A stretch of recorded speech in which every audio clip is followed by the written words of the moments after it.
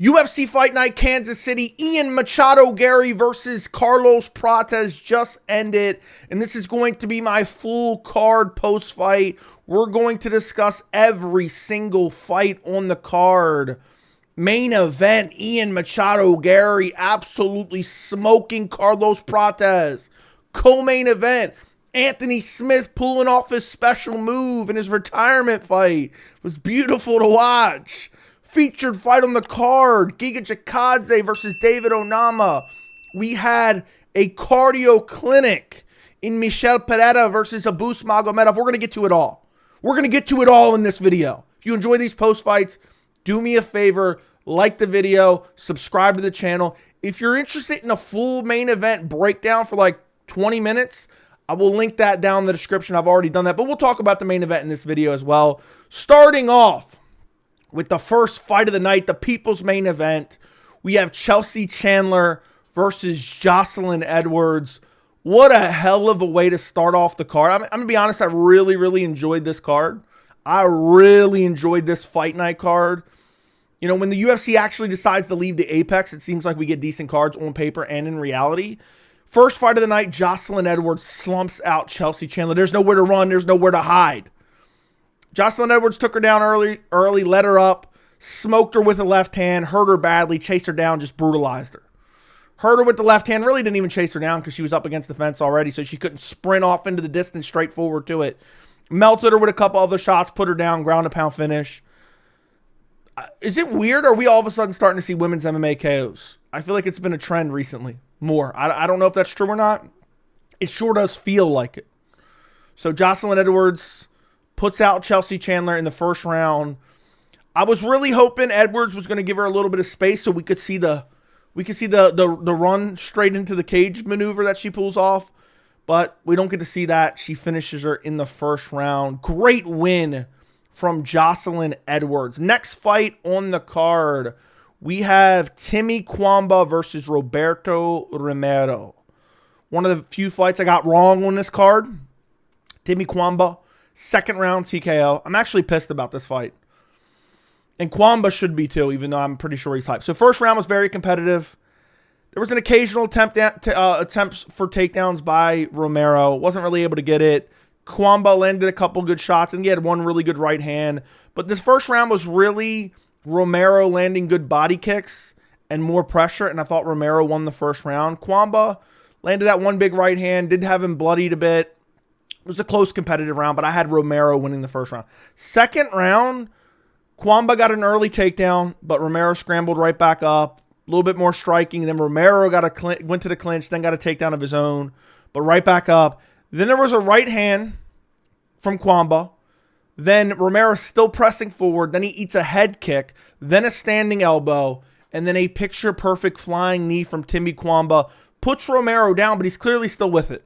He's not finished at this point. I know there was a crazy sequence. He ate all them shots, head kick, elbow, flying knee. He falls to the ground. He's literally like scrambling already. Like he's not even out when he hits the ground. Shit-ass referee just jumped. I mean, that was some of the worst reffing I've ever seen tonight. Wait till I get to Big Dan Miragliotta. I haven't forgot. Big Dan Miragliotta is a bum, dude. Fire him immediately. Dead serious. I'm being dead serious. I don't want to advocate for anyone losing their pay. Big Dan, you're done. Tonight, what he did was absolutely reprehensible, and that wasn't even this fight. This was some newbie ref. Look, it robbed Cuamba of a good finish. I know people at the UFC is going to hype it up anyway. Oh, flying knee KO. No, it wasn't. Romero was up sprinting immediately within half a second of falling down. He didn't even really fall down fully. Like, it didn't even, like, I can't even justify, oh, well, the body language, the ref already had decided. No. He, like, fell backwards. He was hurt, no doubt, but he was still all right. So Timmy Cuamba gets a second round KO in a fight that was very competitive, but I had him down a round, at least down the first round. He would have won the second round probably no matter what. It just sucks that the ref kind of jumps in. But either way, you know, Romero looked good in his UFC debut on short notice, and now he doesn't look all that great because I think Cuamba probably was going to win this fight anyway. Like, if I had to guess after the second round, Romero was going to slow down a bit, took a good bit of damage, probably would have lost 29-28 anyway. But it just sucks, man. I mean, this was one of the worst stoppages I've seen. And I know it's a fight that nobody cares about that much of, and there's not going to be a whole lot of complaints about it. But I thought this was a straight-up garbage stoppage by, I don't even know the referee's name. I don't remember what his name is. First time I've ever seen him. I guess he's a Kansas City ref. He's an absolute bum and a scrub. But Timmy Cuamba gets it done, gets his first win in the UFC. Next fight on the card. Talk about bad reffing. We have Jacqueline Amorim versus Polyana Viana. Jacqueline Amorim gets it done via second round rear naked choke, which I believe is exactly what I predicted. Took her down early, was looking for Kimuras, got into the full mount, did some damage in the first round, 12-6 elbows, good ground and pound. Gets the back after in the full mount for a bit. Starts working on a rear naked choke. It gets down to about 10 seconds left. And we hear the traditional clapper, you know, the one Steve Mazzagatti uses where they go, because it's the 10-second marker. Big Dan Miragliotta, big bald Dan. All right, stop. From like a mile away. All right, time. And then he's pointing over there, and then he's looking confused. And Amorim's looking at him confused, and Polyana's looking at him confused, and everyone's like, what the hell is going on around here? And then finally, the horn signs off, and Big Dan's like, oh, I don't know. I don't know, man. You know, I hate Big Dan. I remember when Kamaru Usman and Colby were trying to talk after a fight, and Big Dan was like, oh, come on, man. Let me insert myself into the situation. What I'm telling you right now, I'm dead serious, and it's going to be a common theme. Big Dan needs to be fired after tonight. Complete, utter embarrassment of a performance. So Amorim can't look for a rear naked choke. Probably could have got it with 10 seconds, to be honest. Anyway, luckily it doesn't matter all that much because he comes out in the second round, takes her down, beats her up, gets in the full mount again, gets the back again. And at 1 second, like Polyana Viana's holding onto the grip hand. Amorim has the arm deep under the neck. She's already squeezing hard, just one arm. I think she could have finished Viana with just one arm rear naked choke, which is crazy embarrassing. Viana's thinking about tapping. She stops fighting the hand. She grips it. She squeezes harder. Viana taps out. She was victimized like Robert Whittaker was. And she taps out in the second round, rear naked choke. Horrible reffing from Big Dan Miragliotta. I'm embarrassed for him. I don't know if he was drunk, high, whatever. We'll talk about it again because he did it again later in the night too. I know. It sounds insane. It was amateur hour tonight. The UFC should be ashamed of themselves. Fourth round in Garry versus Prates, which I didn't talk about in the full main event post-fight, which I'll talk about in this video. Embarrassing as well. But yeah, Amorim gets it done, rear naked choke. Next fight on the card, we have Malcolm Wellmaker versus Cameron Saaiman. Brutal KO. Brutal right hook KO from Malcolm Wellmaker. Mildly competitive fight up until that point, but it lasted 2 minutes. Good body work from Wellmaker. Landed a nasty right hand to the body right before the finish. They kind of traded leg kicks. Saaiman landed, I think, a left hand maybe 10, 15 seconds before the actual finish. Cameron Saaiman got Looney Tune KO'd. I knew it was a right hand, and it put him down so bad, it looked like he was heading down a slip and slide. Like in midair, you could cut him out in Photoshop and do some crazy memes. And this is what happens. I remember at one point, some people were hyping up Saaiman or Saaiman or whatever the hell his name is. I think it's Cameron Saaiman. They were kind of hyping him up. And now look at him. What's he? Lost 3 fights in a row at this point? Man, he got brutalized by Wellmaker badly. Luckily, the referee jumped in before there was too much damage done on the ground and pound because he was slumped. Slump said he immediately out. It was a filthy right hand. Wellmaker looked super smooth on the feet. Had a good arsenal, showed some good kicks, showed some good body work, had nasty pass. Striking looks so smooth. Now, I don't want to get too carried away and too crazy. He's 9-0, but I think this was a solid UFC debut. And Saaiman, damn, I don't know why. If I don't say both his names, for some reason I keep messing up his name. Cameron Saaiman is a decent fighter that was overrated a bit. You know, he's not a complete scrub. He's probably heading outside the UFC now. But Malcolm Wellmaker made him look like that. So, brutal domination from Malcolm Wellmaker. I mean, it was 2-minute KO, so we really didn't get to see a whole lot. Saaiman had a little bit, showed a little bit in this fight, but good KO win from Malcolm Wellmaker and an interesting prospect who's undefeated to keep an eye on in the UFC. Next fight on the card, we have Damon Blackshear versus Alatengheili. What to say about this fight? Damon Blackshear wins via decision. Blackshear just dominated. I think I had all 3 rounds. Yeah, I had all 3 rounds for him. Landed the better combinations. First round, dominated him, landed way better combinations, didn't mix in the grappling. Second round, started to slow down a bit, but still landing good combinations and landed a knee. And Alatengheili landed a couple body shots and started throwing a few good combinations in the second round. Third round, Blackshear, I guess he took the second round off, it seemed like, had more output. Alatengheili tried to swing wildly, but he's really just hitting air. So Damon Blackshear didn't have to really mix in the grappling at all. I don't think he got one takedown in this fight. Yeah, he didn't even shoot for one takedown. And he just outstruck Alatengheili. So Alatengheili is not the greatest fighter in the world, but he's a decent, well-rounded fighter. But Blackshear, I mean, if you've seen these guys fight, you knew Blackshear was going to win. But basically just had more output, was super accurate. And Alatengheili is just throwing wild shots in the third round, essentially. That's the story of this fight. Blackshear put on a masterclass here against Alatengheili. This wasn't the only masterclass we saw tonight. But yeah, no grappling, just Blackshear outstrike. And not really a whole lot to say. I don't even know what to say about this fight. Just Blackshear landed more combinations and looked good for the most part. Gets it done. Decision win. I think it was 30-27 all the way around. It should have been. I don't remember, but I'm pretty sure it was 30-27 all the way around for Damon Blackshear. He gets it done. Moving on. Next fight on the card. Chris Gutierrez versus John Castañeda. Chris Gutierrez wins via split decision. I thought Gutierrez pretty clearly won. First round, he was just landing a little bit more shots, body kicks, leg kicks. He slipped and fell in mid-round and then laid on his back for 2 minutes doing absolutely nothing. Finally gets up, and then I thought he was going to lose this round, then drops Castañeda with a right hand.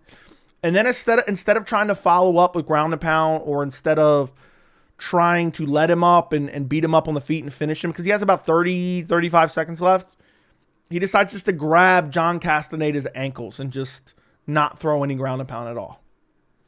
So there's that. Chris Gutierrez has no fight IQ. I mean, we've seen that against, what was it, Song Yadong, where he just pulled guard after getting out-grappled for a bit. But yeah, I mean, won the first round pretty clearly. Second round was a little bit of a closer round. Gutierrez stumbled him with leg kicks early. Took him off his feet early. Then when he popped back up, stumbled him with a leg kick. Took like 2 minutes off, though, in between rounds. And there were some combinations from John Castañeda. And then in the end, he landed a couple good combinations again, like the last minute of the round for Gutierrez. So I thought Gutierrez won rounds 1 and 2. Round 3 was clear for John Castañeda. Basically, Gutierrez was doing nothing. Castañeda shoots a takedown and then spine busters Gutierrez.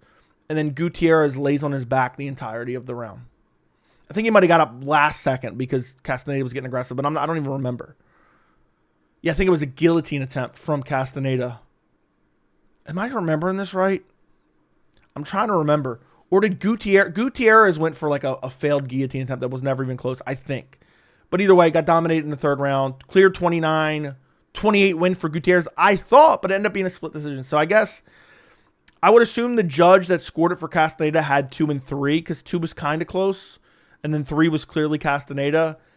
But what I've seen in this fight was neither one of these guys are top-level bantamweights. And in such a shark tank of a division, I don't know, where does Gutierrez go from here? He has no grappling.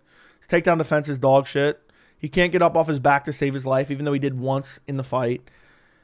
I mean, his leg kicks are good, but you're barely getting by John Castañeda. I don't, it's crazy. He was a top 15 bantamweight at one point in time. So Gutierrez gets it done by the skin of his teeth. Split decision win for Gutierrez. Next fight on the card, we have Evan Elder versus Gage Young.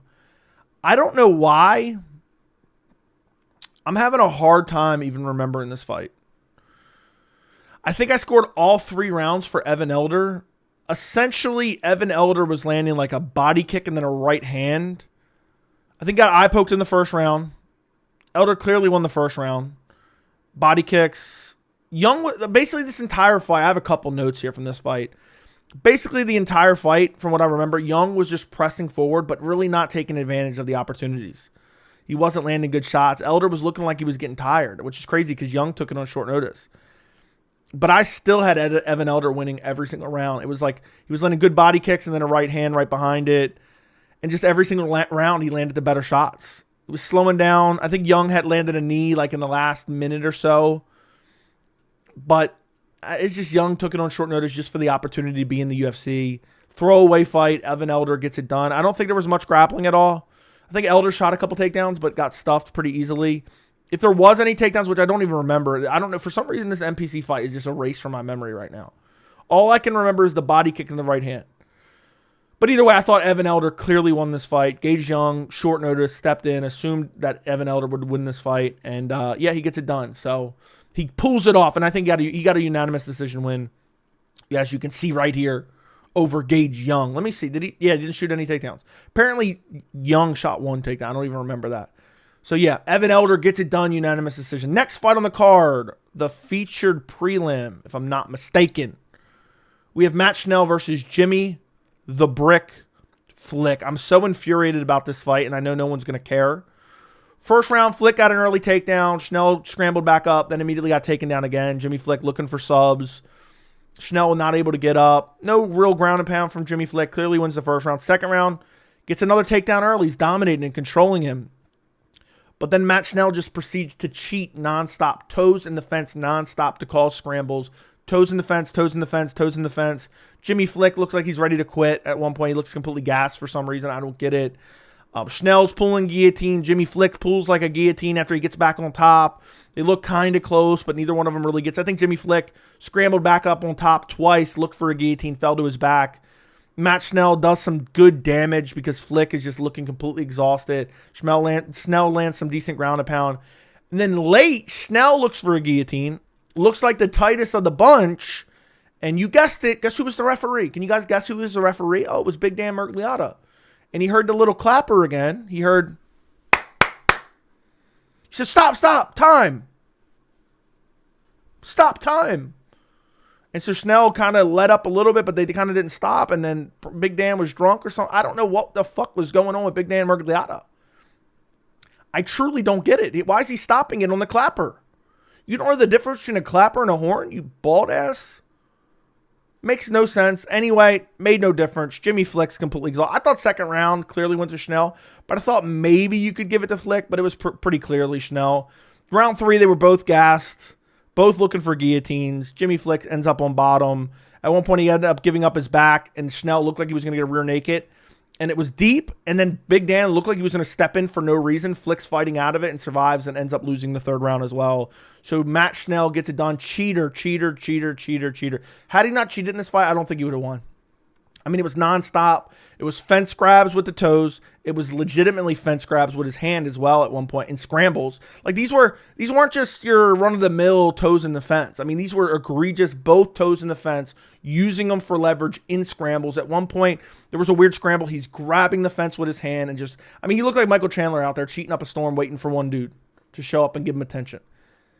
So Big Dan not only tried to stop the fight prematurely during a sub, which now I just realized both times he did it during a sub, which is crazy. He's also not penalizing blatant fouls. I mean, I swear on my life, Schnell did enough cheating in this fight to DQ. Like if an independent organization reviewed this with no bias, they'd be like, oh, Schnell gets DQ'd. That's how bad he was using the cage to scramble. And for some reason, nobody even cares about it. So Matt Schnell gets it done, unanimous decision win. Next fight on the card, we have the fight that opened up the main card. We have Ikram Aliskerov versus André Muniz. What's there to say about this fight? I mean, first round KO from Ikram. He just landed a big shot. I think it was a left hook. Swarmed him. I mean, it was like a weird shot because it was like a delayed reaction. Like the commentary team didn't even know what put him down. And then basically just swarms him with ground and pound and finishes him in the first round. Up until that point, Ikram was clearly winning on the feet. Both guys kind of looked stuck in the mud a bit, for the amount of time that it did last. I don't know. Muniz I've never been super high on, so I don't want to, jump on the Ikram train. I think Ikram's a top 15 guy. I don't know truly how good he is yet. I mean, people were crazy. He took 2 weight cuts in a short notice fight against Robert Whitaker, and they were like, man, Hamzat really dodged a bullet. How fucking funny is that in retrospect? Hamzat dodged a bullet, man. Because Ikram has a beard and is from Dagestan, so he must be Hamzat somehow, even though Hamzat's from Chechnya and has a beard. But yeah, they're both Muslim, so Whitaker beating Ikram means he beats Hamzat Chimaev. Instead, he got victimized at UFC 308. Can't wait to see that title fight. Anyway, Muniz, scrubby as hell, gets caught with a left hand, is backed up against the fence the entire fight. It just looked like Ikram was ready to uncork a big shot the entire fight, so maybe that's why he looked a bit slow. Muniz really didn't do much. I mean, you see, I don't use stats to prove an argument. I mean, look, if these stats are even remotely close, and this is what it seemed like to me, I'm shocked even 16 for Muniz. If you asked me to tell you what the stat line was, I would have predicted under 7 strikes for Muniz. I don't remember him landing anything clean, maybe a couple leg kicks. Ikram dominated this fight. Got a finish. Clipped him with a big left hand. Ikram has good power. Never shot a takedown. I don't know why they were acting like he was going to. Muniz never shot a takedown. He wouldn't have been able to get Ikram down anyway. This was a nightmare matchup for André Muniz, who used to be ranked at one point. And Ikram got it done in the first round. So good win on Ikram, getting back in the win column after stepping in on short notice against Robert Whittaker. Next fight, we have Randy Brown versus Nicolas Dalby.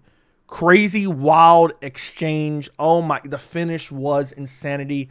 We had a second round KO from Randy Brown.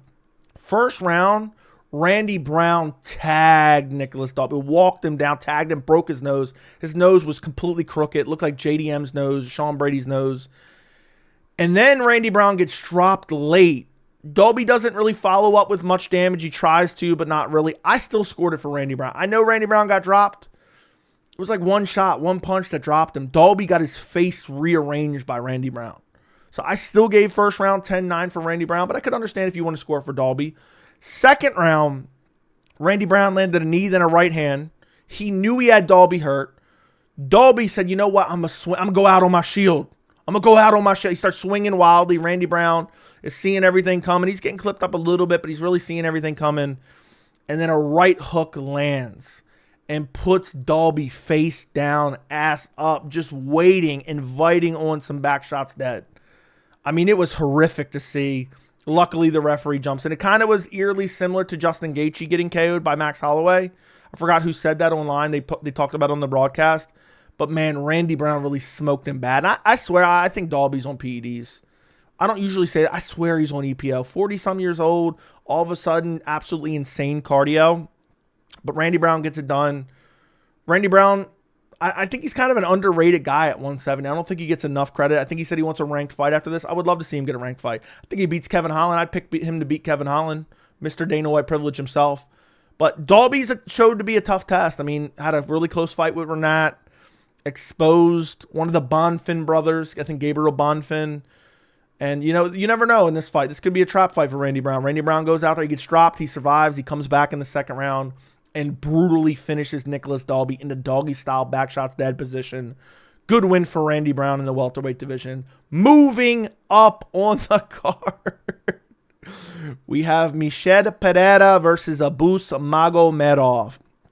I told you guys. I said the later this fight goes, I favor Abus Magomedov, which is crazy to say. That is crazy to say. I knew it was crazy to say.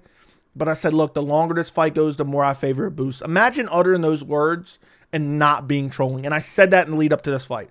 Abus rocked him with a punch early, chased him down, was landing some shots, eventually shot a takedown, took him down, beat him up a little bit, but Pereira worked his way back to his feet. Abus tried to snatch up the back and at one point had the back mount standing, but then eventually let it go and then walked him down for the rest of the round. Didn't do a whole lot. Pereira didn't throw anything.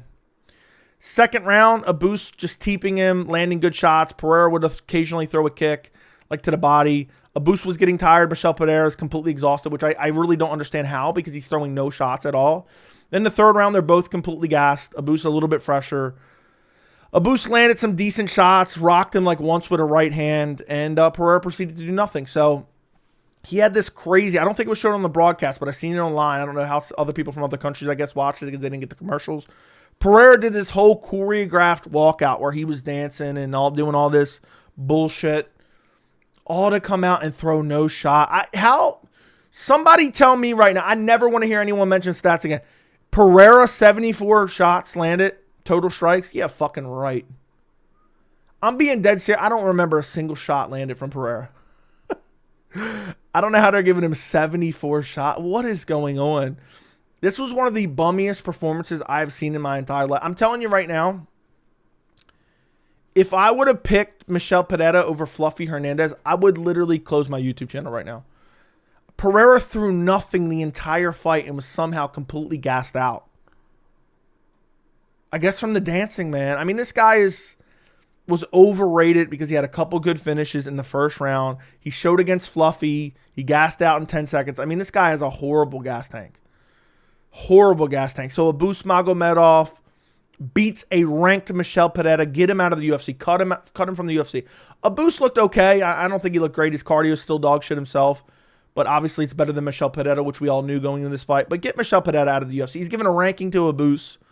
Now Sean Strickland might actually have a ranked win on his resume now, other than Adesanya.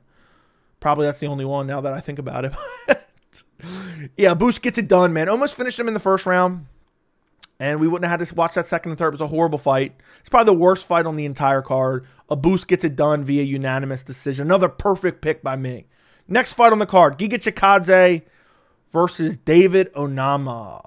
Man, was Giga Chikadze overrated at one point in time. Sorry, my eye itches, boys. My eye itches. By the way, guys, if you enjoyed these post fights, do me a favor, like the video. It takes 2 seconds. Scroll down, hit the thumbs up. We're going to talk about the co-main event and main event soon. David Onama wins via unanimous decision. First round, Giga was tagging him good, landing good shots, body kicks, leg kicks. Giga got stunned by a punch, but David Onama never really finished. Never really looked for a finish at all. And basically, Giga was landing good counters as David Onama was pressuring. And then Onama got rocked badly in the last 45 seconds. Giga chased him down, but then got taken down with ease. Second round, Giga's winning early. I'm like, why is Onama not shooting a takedown? You were rocked in the first round when Giga's freshest, and you got an easy takedown. Why are you not shooting a takedown? He shoots a takedown, dominates him on the ground, doesn't do anything crazy damage, but still clearly wins, does enough damage. And I think this is what I was confusing earlier. Basically, Onama gets a little bit aggressive at the end of the second round. That's when Giga gets up, and that's what I think I was mixing up with another fight earlier. I don't remember what it was. So clearly 1-1 going into the third round. Giga's landing early, good shots on the feet. David Onama literally football tackles him. They literally clash heads. They both get hurt from the head clash. Onama's on the ground, like grabbing his forehead. Should have been stopped. Keith Peterson saw it. Should have been stopped. They should have been reset standing. And I think Onama actually took the worst of the worst for wear on the head clash because he didn't throw anything on the ground. And then does a little bit of damage. And I thought Giga could have got the third round because of the lack of damage from Onama, and Giga was winning prior to that. But also, it should have never been a takedown because of a head clash. So talk about another, bad officiating moment tonight. But Giga loses, man, and now, he's in his late 30s. He's at featherweight. He's losing to David Onama, giving David Onama a ranking at this point. What were they ranked going in this fight? Of course, it doesn't show it now. I believe Giga was ranked and Onama was not ranked. But yeah, David Onama gets it done. Basically, with his grappling, Giga can't stuff a takedown to save his life. Can't get up off his back. Just has closed guard. Third round, he just tried to stall and hope for a stand-up. He didn't get it. And, it's really shitty that the head clash kind of ruined this fight in general because it really should have never been. We should have been able to see a clean takedown from Onama. But Giga got tackled down right away anyway. So it is what it is. David Onama gets it done. Didn't look particularly impressive. Giga didn't look particularly impressive. But Onama will probably be ranked now. I'm assuming he will be ranked. He'll have a number next to his name come Tuesday. In the featured fight of the card, David Onama gets it done. Unanimous decision. Next fight. Next fight on the card. Man, Anthony Smith in the co-main event in 2025. Guys, Anthony Smith pulled off his special move tonight. It was crazy, man. It was a retirement fight, the last ride, one last run, one last ride, going out on top, all this and that, blah-de-blah-de-blah, packages and whatnot. He pulled his special move. Anthony Smith pulled his special move, which is curl up into a fucking ball on the ground and get the shit kicked out of you. This time, it just happens to be in front of your family, your wife and your young children. All right, real quick on the fight. Mingyang Zhang absolutely dominated him, smashed his legs, smashed his body, landed elbows on the feet, bloodied him up. Anthony Smith clinched at one point. Mingyang smashed his body with a couple knees in the clinch. Anthony Smith landed one good elbow at the entire fight. Mingyang was throwing elbows, got caught with one himself. Didn't really affect him at all. And then Anthony Smith was getting bludgeoned on the feet. So he said, you know what? Oh, shit. How do I get to the curl up in a ball in a fetal position on the ground? How do I get to there? Oh, let me shoot a sloppy-ass takedown. He shot a sloppy takedown. He then curled up into a ball on the ground. Mingyang actually tried to let him up multiple times, but he just stood there, curling up into a ball. And Mingyang almost kicked him multiple times as a down opponent. I think it was Herzog. He's down. Then Mingyang says, okay, this dude's just going to curl into a ball in a fetal position on the ground for his retirement fight. Let me just go smash him with elbows. Couple of those elbows looked like they were back of the head. They should have just gave Anthony Smith a DQ win for his retirement fight, but they weren't. A lot of them were catching the ear a bit. Anthony Smith just bludgeoned, bloodied, And then Mingyang Zhang gets on the mic afterwards. Paul Felder seems like he doesn't even want to talk to him. And Mingyang's taunting the crowd for booing him because he smashed Anthony Smith. So Mingyang Zhang gets it done. I don't want to spend too much time ranting and raving on this. I've said this so many times about different fighters, and I know people are going to call me some type of Anthony Smith hater. I actually feel bad for Anthony Smith. I actually feel bad for him. You know, I'm not one of these guys always picking on him for being delusional, even though he says delusional shit. I think sometimes it gets brought out of context. Why are we glorifying this? I really don't get it. I mean, you got the broadcast basically glorifying Anthony Smith fighting 6 years past his prime and like sucking up to the fact that he's a Lionheart, man. No, he's not. Every fucking fight, he curls up into a ball on the ground and gets the shit kicked out of him. I mean, Anthony Smith fighting let me actually correct myself. Anthony Smith fighting any light heavyweight in the UFC looks the same as me getting jumped by 6 guys in an alley, okay? Curling up into a ball and trying not to take any shots to the teeth, okay? This guy is so delusional. He's like, yeah, man, he's showing up for checks. He brought his family. Think about how stupid you have to be. He brought his young kid. You know what? I've been getting smashed. They're bringing in this young prospect who's a KO artist. Let me bring my young kids to watch. And then like everyone's glorifying, like, man, the one last run from Anthony Smith. No, who wants to see this shit? Who wants to see this shit? He's not a good fighter. He hasn't been for 5 years at least. And they're glorifying him showing up and getting years shaved off his life in front of his children. I don't co-sign that at all. I think it's embarrassing. It makes me embarrassed to be a fan of the sport. Like, imagine somebody else who's not paying close attention to MMA and they're watching this with you and they're like, oh, this guy's old and shitty and he's just getting blasted on because he's showing up for a paycheck because he's probably poor. And then we're going to give him a tribute because he didn't take a DQ. Imagine your biggest accomplishment is not taking a DQ against John Jones. I'm tired of hearing about it.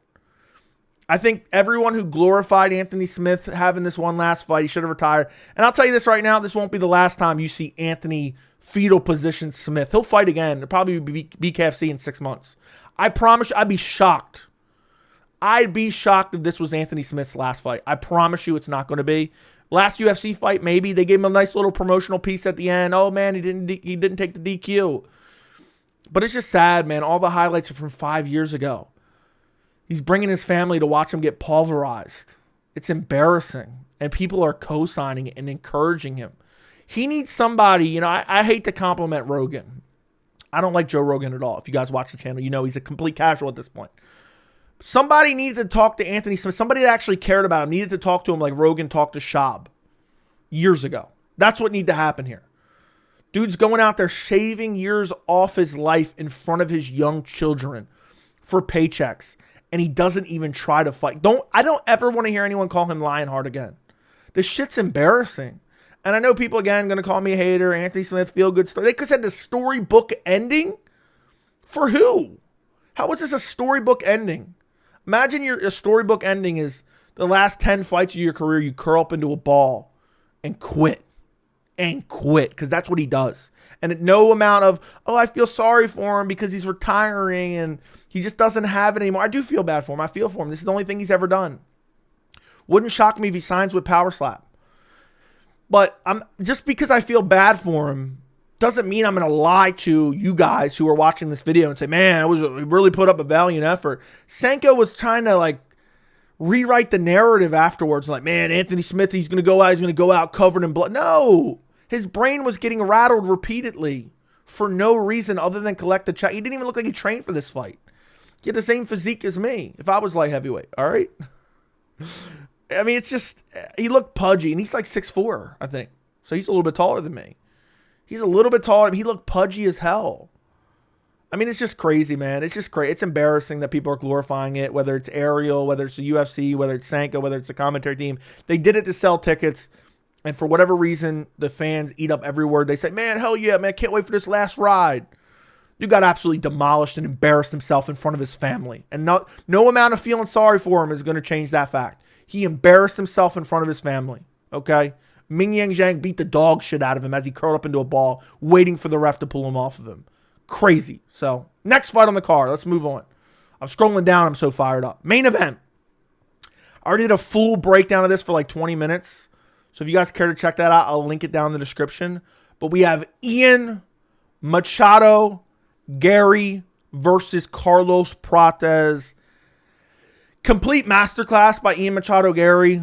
1 through 3 doesn't even break a sweat. Tagging Prates with body kicks and oblique kicks and teep kicks and head kicks and jabs and right hands and good combinations and good footwork.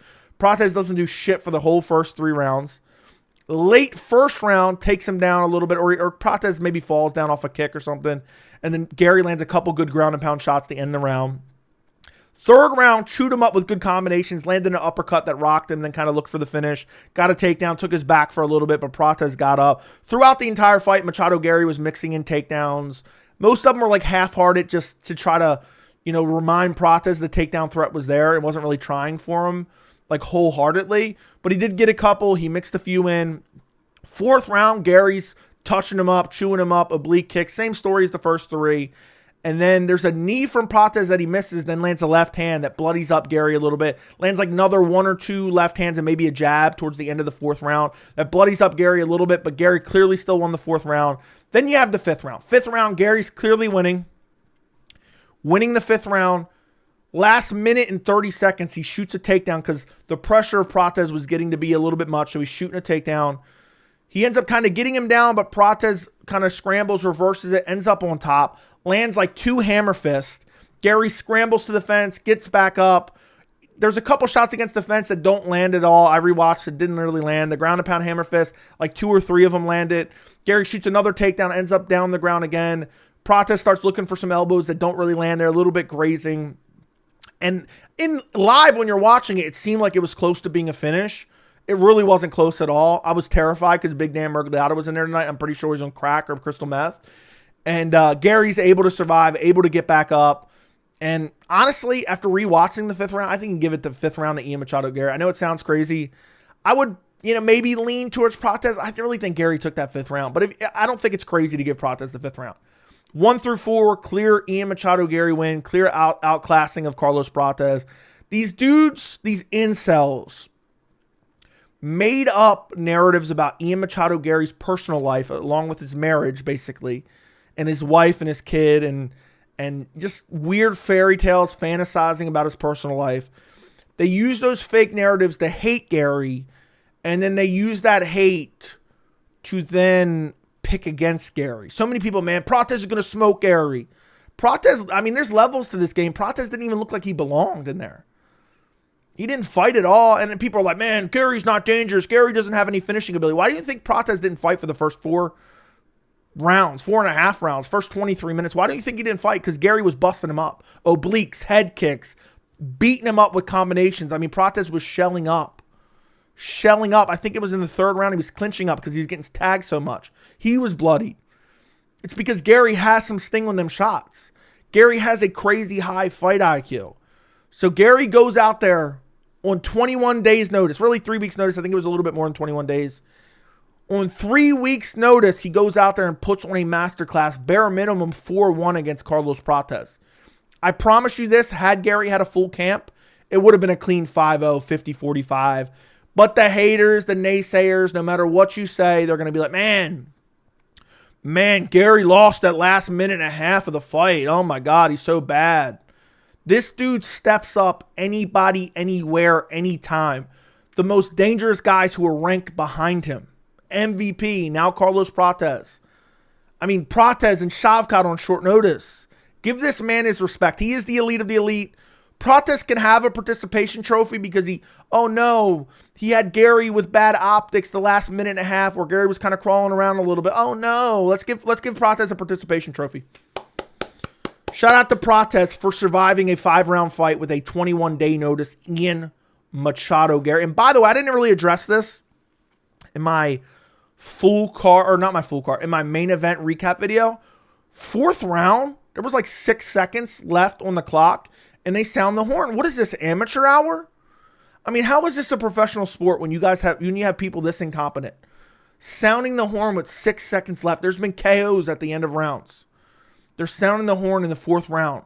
Seriously. Big Dan thought it was the clapper, so he only thought it was 10 seconds. So he still let him fight. So the incompetence offset it. I don't know what's going on. I really don't. And also, by the way, if you guys are calling this fight boring, if you're saying, oh, Garry ran away, Garry fucked Prates up. He whooped his ass. He pressed forward when he needed to. He circled when he needed to. And he tagged Prates. I mean, the statistician boys, there's people always saying, man, well, look at the stats, bro. I mean, look at these stats right here. I'm not using them for my argument, okay? But the people who are always like, man, look at the stats, brother. I wonder what round 5 they have. I mean, look at the stats for round 5. Garry was clearly winning round 5 before the whole takedown debacle. Garry was never rocked. A lot of those shots on the ground didn't really land.